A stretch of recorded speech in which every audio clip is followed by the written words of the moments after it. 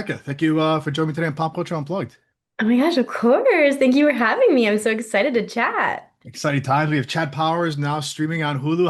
How has your life been with all this? Because there was a big hype on this show.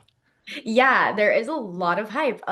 It's been really, really fun. I'm originally from the South, so anything that has anything to do with football, most of the people around me and the people that I grew up with are like absolutely stoked. So yeah, it's been great. It's been busy, but it's just been so much fun. I'm having so much fun watching it with everybody. That's awesome. We're gonna jump into it in a few minutes too. I want to rewind a little bit. What inspired you to get into the acting world? And how did your journey begin? Yeah, so I originally was going to school at Pace University in New York City. I got my degree in film and Okay. communication. I wanted to be behind the camera really Uh, bad. Not in front. I grew up like as a dancer, so I liked being on the stage, but I'd never tried theater. I'd never really done anything, but I'd always wanted to. So I kind of joke that it was like my 2020 silver lining was that everything went digital because that's when I tried my first acting class, was literally in the height of COVID from my parents' house in Orlando. And I took my first acting class and I just fell in love with it. I was like, oh my gosh, this is the best thing ever. And I want to do this all day long. And I don't want to do anything else ever, ever, ever again. And so honestly, yeah, from 2020 on, I just kept taking classes and kept like going at it. And that's kind of been the journey. It's been quite the whirlwind, but I still feel like such a baby. I still feel so new, which is a wonderful feeling. But yeah, that's kind of how I got started with acting. Not very traditional, but mm. there really is no one right way. What's the goal? Do you want to like do both, front of the camera, be behind the scenes also, but also Yeah, do the acting? totally, totally. I love to write. I would love Okay. to write. I would love to produce. I would love to direct. We got to really grow into those roles. I'm gonna stick with acting for now. That seems to be going okay. But yeah, I would love that. I think like my older brother Josh and I, we would make movies like on our camcorders and edit on iMovie together when we were little. Like we've always been both of us have always been very creative in that way. So I think it's destined to happen. But for now, I'm liking it in front of the camera. Mm. Now, for you as an actor, you're like, what kind of stories or roles like shaped you the way you are right now at this Yeah. moment? Oh my gosh. I mean, I've always loved TV and film so, so much. I think I really resonate with slice of life Okay. films. Those have always kind of been my favorite. Lady Bird is one of my favorite films of all time, and I think there's a really wonderful movie with Sebastian Stan called Monday. If you've ever seen it, Yeah. amazing. Very, very slice of life, very taking an ordinary day out of obviously a fictional character's life, but someone who is somewhat ordinary and somewhat Mm. familiar to you. And I think those stories have always like really, really resonated of just there's like nothing better than watching a film or watching a show or even like I love music, like listening to a song where you just resonate and you see yourself. Even, I am nothing like Saoirse Ronan, but I can still pick out Mm. little pieces of that particular movie where I just feel like she just made it so relatable to anybody. And I love those kinds of roles. I think those are very interesting to me. Mm. Every actor has like one project that boosts their confidence. Which one was yours, you think? Oh my gosh. I don't know if I got there yet. Come on, Um, you've done a few things. I've written it down here. You've worked yeah, on. yeah. You know what it was? I think what like my favorite like story that I tell everybody is I had a very, very, very small part in this movie on Netflix called Pain Hustlers with Okay. Chris Evans and Emily Blunt. And I mean, that was my first like true movie set. And I show up and we're like doing our thing and then 5 minutes before we go they're like, hey, Chris and Emily want to improv with everybody, Oh. so have fun. And I was like, panicking in the trailer. I'm calling everyone, being like, please help me. I forgot how to act. Like, right, I've blacked out. But what really gave me the confidence on that set is I'm, terrified going and supposed to be improving with them. I'm like, oh my gosh, this is gonna be terrible. And Chris Evans called for a line at one point. He forgot a line. And I was like, oh my gosh, wait.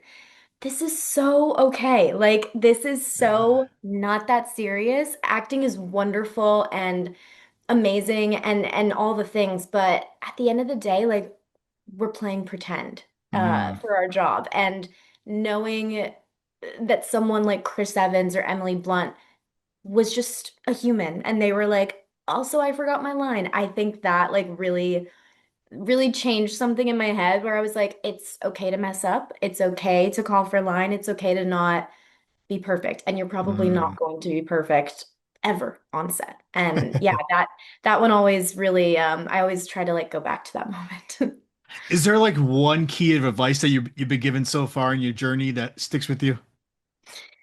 Um, my gosh, so many pieces of advice. I think honestly, and I'm sure this is not unique to me, but so many acting coaches and so many people have just been like, you have to be really good at letting go. Like you Mm. really need to learn the art of letting go. And that is so I can't explain how true that is and how wonderful and freeing it is as a person, but as an actor to be able to just let these things go and know that if something's supposed to be for you, an experience is supposed to be yours, like it will be yours. But I think that is the piece of advice that just like I always go back to that. It's kind of my mantra, if you Mm. will, is to just be like, okay, we Yeah. can just let this go. Is this something like because like auditions when you guys do like the self tape and Mm. everything and you don't hear anything back and you're like, all right, you do your thing, you let it go Yeah. pretty much? Yeah, Yeah. yeah. I mean, it can be, I think when you're first starting out too, it can be so easy to get so attached to every Mm. single audition you get because Yeah. you'll get something will come in and you'll be like, "Oh my gosh, I'm perfect for this. I can do like this is my role." And it's such a wonderful feeling. And I don't want anyone to lose that feeling, but it you do kind of learn along the way. Like you have to be able to be like, "Okay, I love this thing that I get to audition for. How fun that I get to audition. That's 90% of my job anyway. I'm going to do the best I can. And then I'm just going to say, Mm. I'm letting that go. And if that's supposed to happen, it'll happen. And if Yeah. not, it was for a reason, you know? Definitely. So how did Sasha come up there for Chad Powers? That was an audition, I assume?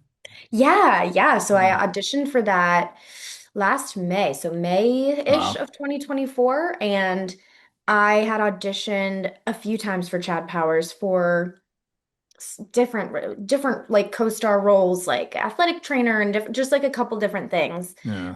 and like wasn't hearing anything back and then the Sasha one came in and I went against the advice that I literally just told you and I did not let go of it at all. I was like, I love her and I love this writing and I have to do it. It's so perfect. And luckily it worked out in my favor. But yeah, it was just a self-tape. I think it was maybe two or three scenes and then just sitting around hoping and wishing and waiting that someone would call me with good news. Mm. So what was the description you were given for Sasha?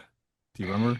The description was very intense Mm. and the biggest thing about Sasha is she's very loud.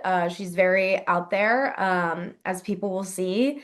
I'm cursing in probably 90% of my scenes. Um, and that she is Danny's nemesis. Danny is Mm. the mascot who Frankie Rodriguez plays. Frankie is amazing. And that was like the biggest piece of the Sasha puzzle was that, she's loud, she's kind of obnoxious, she's like really intense, but she's above all else, she is Danny's enemy. And like Mm. that, making that work was so fun. So much Yeah. What drew you to this character playing her? fun. Honestly, like I am so obsessed with how little of a filter she has. I don't Mm. think it exists to her. She just says whatever is on her mind, and most of the time it's like super inappropriate and super probably offensive.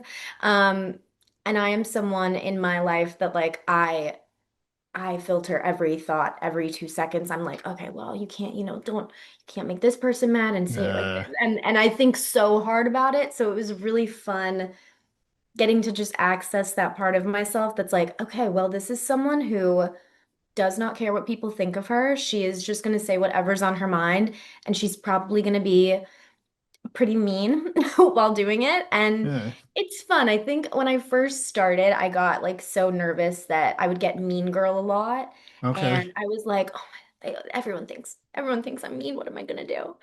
And I quickly realized that the mean girls are so much fun to play. They are so, so much fun. Everybody says that. They're so fun. It's like a little therapeutic. It kind of Yeah. feels like going to like one of those rage rooms. Like I feel like it's very like a therapeutic experience to just be like, okay, I'm gonna go to work today and I'm gonna yell at everyone. And honestly, it's really fun. I Mm. can't lie, it's fun. You mentioned the kind of like the love-hate dynamic with your character and Danny. Like, how did you guys build that chemistry on set? Yeah, so our directors did a great job of really giving us the space to figure that out for ourselves, but still giving us enough context clues and laying like a really strong foundation.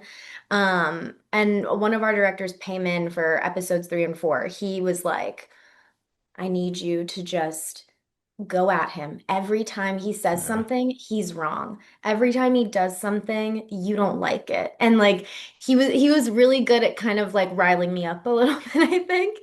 And I mean, Frankie is just like so amazing and he is so funny as Danny. Like he just gets funnier and funnier every single episode. And so getting to riff off of him was like it was a dream. He made it so comfortable and so wonderful. And as soon as they would yell cut, we were giggling and having a great time. And yeah, it was just a really like it was honestly so easygoing to just kind of Mm. figure out that back and forth, and we had a lot of fun with it.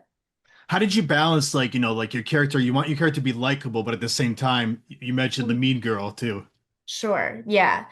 I think I came to terms pretty quickly with the fact that like a lot of people will not enjoy Sasha, and that's okay. I think she's really funny, and I think she provides Yeah. like a lot of comedic relief.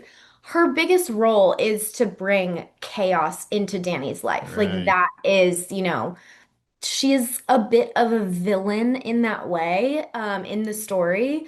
So I think for me, with like a character like that, or anytime I've played someone who's more of like the mean girl or the villain, like you as an actor just have to find what you can relate to, and you have to Mm. find I think it's kind of just an exercise in empathy of being like, okay, there will probably be some people who do not enjoy this character, but like, how can I enjoy her and how can I find the empathy even when she's saying like Mm.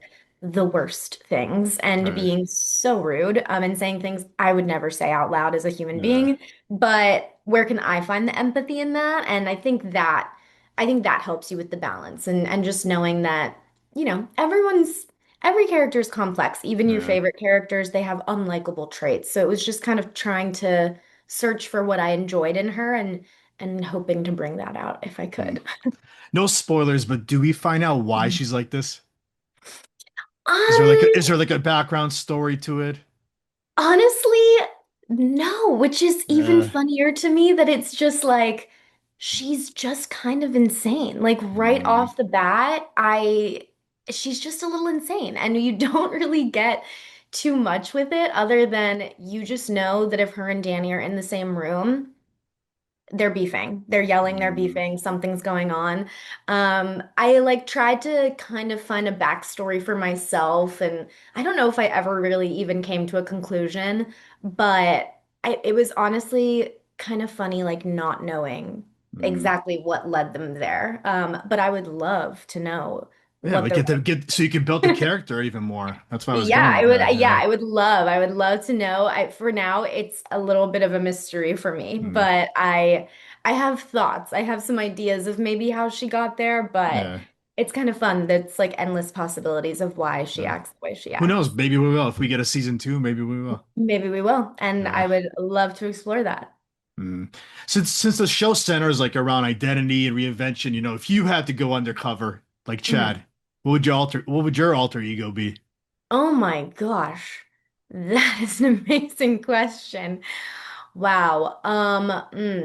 I think like I most of the time in my life, I dress a little bit like Adam Sandler Okay. vibes. I'm usually in very baggy clothing, like basketball shorts and just like really big t-shirts. I think I would like be a little Adam Sandler-esque. I'd have to think of like a really fun name. Chad Powers like really just like rolls off the tongue. I'm gonna have to think of a good one. I mean, there has to be something much more simple than my last. I mean, Brightfeller always Mm, gets people. So, but yeah, I think it would be a very like Adam Sandler-esque type of character because I just feel like he's always happy and he's always, always having always. fun. He's always Yeah. having a really good time and everything he wears looks so comfortable. And that is my main goal in life Mm. is to just be comfy. Well, I think it's like what you said earlier. Like he just lets everything go. He's just himself, and he He just does is. his thing, and that's it.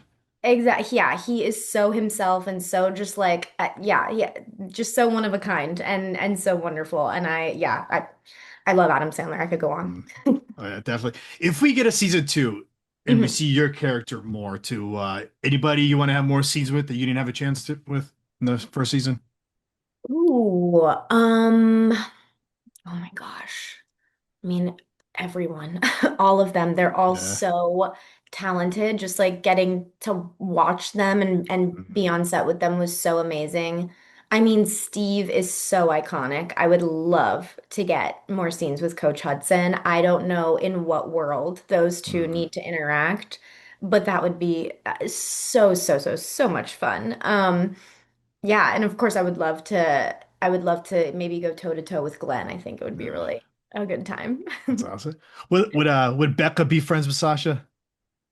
Ooh, oh, I don't think so. I don't think Sasha would like Yeah. Becca in any capacity. I think Mm, she would absolutely bully me. I don't think we would like the same things. Maybe I'm wrong. mm, I'm unsure if Sasha is like the world's biggest girl's girl. So I don't know if we would like each other, but I'm sure we could find some common ground, I think. mm. So what do you hope the audience takes away with season one of Chad Powers and Sasha's wild journey? Oh my gosh. Well, I mean, biggest thing is like I just hope people enjoy it. I hope Yeah. people laugh. I think it's such a great show right now. It's so feel good and it's so Mm, nice to like get on my TV every week and just be like, "Oh, the show is just it's easy and it's yeah. fun and it's light and it's just the writers did such an amazing job." Um and I think with Sasha like I hope like people take away that, she's a little bit of an agent of chaos, if you Mm, will. And I think, we all have those yeah. in our lives. And obviously Chad has a billion agents of chaos in his life, and she just happens to be one of them. But yeah, I don't know. I just really hope people enjoy. And I hope people Yeah. laugh and feel a little bit lighter walking away from it than they did coming to it. Definitely, definitely. So what's next for you now? Any other projects you'd love to tell us about? Or are you just taking it Uh, easy? we are taking it easy. I am gearing up for a move to LA. So Okay. I'm trying to take it as easy as possible. But yeah, nothing to announce quite Just yet. yeah. I get it.